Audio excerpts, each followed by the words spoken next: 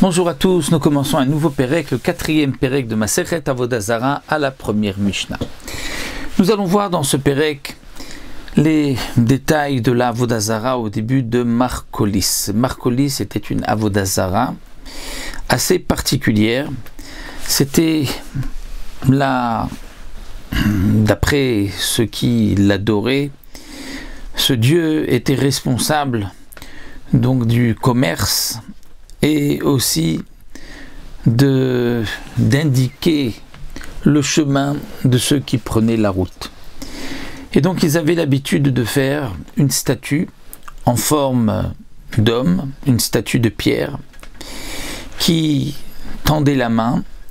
Ils la mettaient à l'intersection des chemins en montrant « voici le chemin que vous devez prendre ». Parfois même, cette Avodah Zara de Marcolis était juste de 3 pierres, c'est-à-dire 2 pierres et une troisième au milieu des deux. Celle du haut était un peu comme la tête et les 2 pierres du bas comme les mains qui indiquaient une direction. Ceci est appelé donc Marcolis, le grand Marcolis. Et la Mishnah vient nous dire, la Rabbi Shmuel Omer, Shalosh Avanim Zo Betzad Zo, lorsqu'il y a 3 pierres, l'une à côté de l'autre, c'est-à-dire que cette fois-ci, ces pierres ne sont pas mises comme Marcolis, 2 pierres et une troisième sur les deux, mais elles sont l'une à côté de l'autre. Mais ces 3 pierres-là se trouvent Betzad Marcolis Asurot, à côté d'une autre Marcolis, c'est-à-dire qu'il y a une Avodah Zara qui a la forme de Marcolis, et à côté, il y a 3 pierres mais qui ne sont pas posées donc de la manière de Marcolis. Malgré tout, ces pierres-là sont asurotes, sont interdites, on ne pourra pas en tirer profit, parce qu'elles sont appelées Marcolis Katan, c'est-à-dire petit Marcolis. Le gros Marcolis était où donc la forme d'un homme, ou bien les 3 pierres, mais lorsqu'il y a une pierre en haut et 2 pierres en dessous. Mais lorsqu'il y a 3 petites pierres, à ce moment-là, ça ressemble à un petit Marcolis. Ils avaient l'habitude, à côté d'un grand Marcolis, de mettre aussi un petit Marcolis. Et donc là, les pierres sont interdites parce qu'elles sont aussi Avodah Zara. L'habitude de ce Marcolis, comment il la servait, c'était un peu particulier, puisqu'il s'agissait, il fallait jeter des pierres à cette Avodah Zara ou devant la Avodah Zara. Donc les pierres qui ont été jetées sont la manière de servir cette Avodah Zara, mais ces pierres-là ne sont pas interdites d'en tirer profit, étant donné que l'interdiction de tirer profit de ce qui est tikrovet qu'on offre à une Avodah Zara, c'est lorsque ça ressemble au Beth Amikdash, c'est-à-dire que ce soit une bête ou que ce soit des farines. Mais étant donné que dans le Beth Amikdash, il n'y avait pas de pierre qu'on offrait au Beth Amikdash de cette manière, donc la tikrovet, ce qui était envoyé à Marcolis, n'était pas interdite, mais la Avodah Zara elle-même était interdite. Donc lorsque on trouve 3 pierres, on pense que ces 3 pierres-là, c'est ce que nous enseigne ici Rabbi Ishmael, étaient comme un petit Marcolis à côté d'un grand, et ce petit Marcolis aussi était adoré. Donc c'est pour cela que ces pierres, puisqu'elles sont elles-mêmes Avodah Zara, sont interdites d'en tirer profit. Donc bien sûr, si on a trouvé, nous rappelle le Barthénoura, 3 pierres, 2 et une troisième dessus, là c'est sûr que c'est interdit puisque c'est la vraie Marcolis.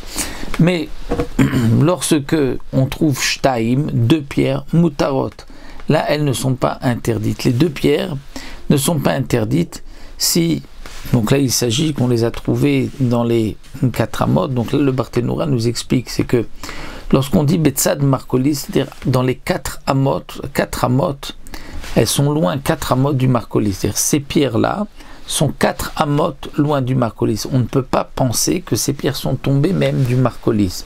C'est-à-dire si les pierres sont tombées du Marcolis, elles sont interdites. Mais si elles sont loin de 4 amot, on ne peut pas dire qu'elles sont tombées du Marcolis. Là, nous avons la marloquette. Rabbi Ishmael dit lorsqu'il y a 3 pierres, c'est interdit. Pourquoi? Parce que certainement qu'ils ont fait un petit Marcolis à côté du grand Marcolis. C'est vrai que ces pierres ne proviennent pas du grand Marcolis, mais ils en ont fait une à côté et ils l'adoraient aussi en lui jetant des pierres. C'était la manière de la servir. Et donc, ces pierres-là qui sont elles-mêmes, la avoda zara, sont interdites, on ne pourra pas en tirer profit. Mais lorsqu'il n'y en avait que 2, là, il n'y a pas d'interdiction parce que marcolis, c'est minimum 2 pierres.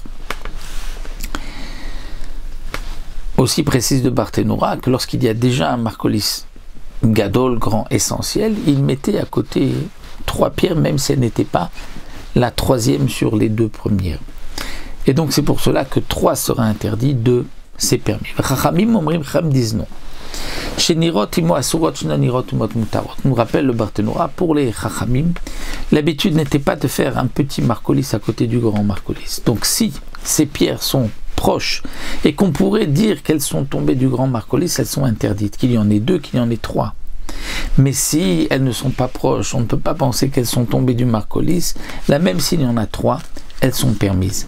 Ça c'est ce que les Chachamim nous enseignent. Le mot marcolis, comme il est rapporté dans les Rishonim, Tosfot le rapporte dans plusieurs endroits, en vérité, le terme kilous en araméen, c'était de louer. Et le nom de cet avoda zara était kilous. Seulement les Chachamim, puisqu'il est marqué qu'il faut se moquer de l'avoda zara, donc les Chachamim ont donné un surnom à cet avoda zara, et au lieu de l'appeler kilous, l'ont appelé coulis. Et ils ont rajouté le mot mar, qui signifie que ça a été inversé, changé. Donc mar, coulis. Alors qu'en vérité, donc l'avoda zara c'était kilous. Donc voici pour cette première Mishnah, on voit ici le din de l'avoda zara de marcolis. Nous verrons encore d'autres détails dans la prochaine Mishnah.